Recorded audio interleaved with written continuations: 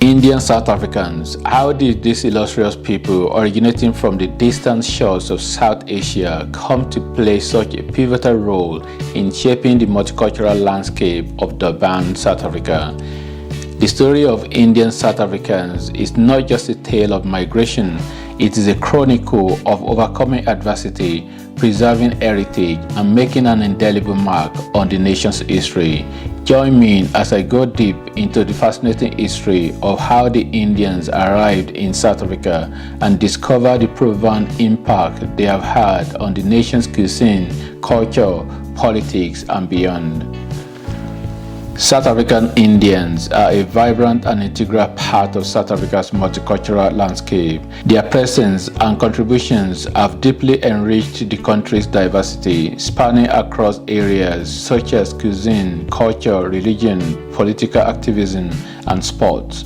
Originating from South Asia, South African Indians primarily reside in Durban, KwaZulu-Natal, but their influence and presence are felt throughout the nation. Indian presence in South Africa dates back to before Dutch colonization in 1652, with evidence suggesting that Indian traders were active along the eastern coast. During the 1700s, many Indians were taken as slaves by the Dutch. The most significant migration, however, occurred under the British rule between 1860 and 1911, when Indians were brought to work on plantations, railways, and mines in colonial Natal. This migration was under indentured contract, a system that, though termed as goodwill, was eventually slavery by contract. The majority of these workers came from ports in Madras and Calcutta. After their indentureship ended, many Indians chose to stay in South Africa, accepting land and starting new lives. Subsequently, waves of Indian migrants arrived from Mauritius, further enriching the community. Durban emerged as a thriving Indian community by the late 19th century. The first Indian merchant store opened in 1872, catering to the needs of this growing population. Indians worked primarily in sugarcane fields, enduring tough conditions and long hours. The end of indentureship allowed them to integrate into the broader community, leading to the establishment of Indian trading posts and arrival of Arabian merchants. As the Indian population grew, so did the colonial authorities' attempts to restrict their rights. Legislation was enacted to limit their mobility, trading rights, settlement patterns, and access to education. Indians were often forced to live in segregated areas and were denied basic rights such as voting, land ownership, and business operations without stringent regulation. The early 20th century saw a rise in the political activism among South African Indians.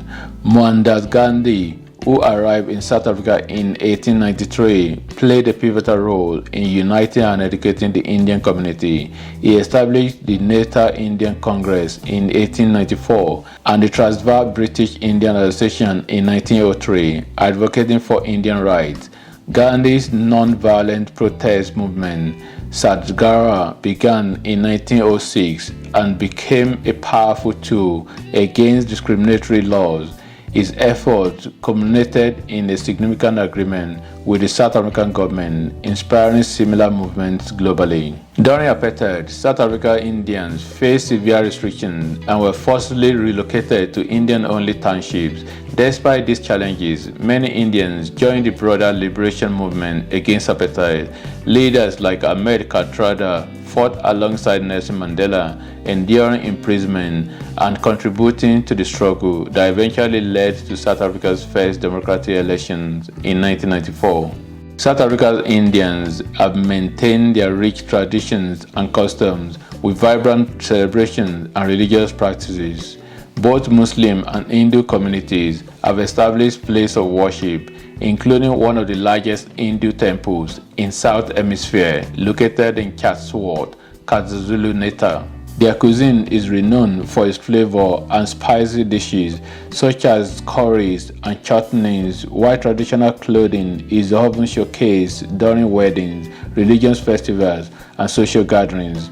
Music and dance also play a crucial role in their cultural celebrations. While some traditional practices like arranged marriages have become less common, South African Indians continue to uphold their cultural heritage, contributing to the country's diverse cultural tapestry.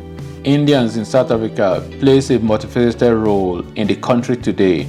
Culturally, they have preserved their traditions, languages such as Hindi and Tamil, and religions, Hinduism and Islam for generations, enriching South Africa's cultural tapestry. Their cuisine, known for spice, curries, chutneys, and savory dishes, has become a staple in South African culinary culture. Economically, many South Africans of Indian descent hold prominent positions in business and various professions, contributing significantly to the country's economy. Their presence is especially strong in sectors such as retail, law, medicine, and engineering. Politically, South African Indians have a proud history of involvement in the anti-apartheid struggle, with leaders like Ahmed Contrada playing a crucial role. Today, they remain active in politics, participating in national and local governments and policy discussions. Socially, Indian South Africans are spread throughout the nation, with the largest concentration in Durban, KwaZulu-Natal.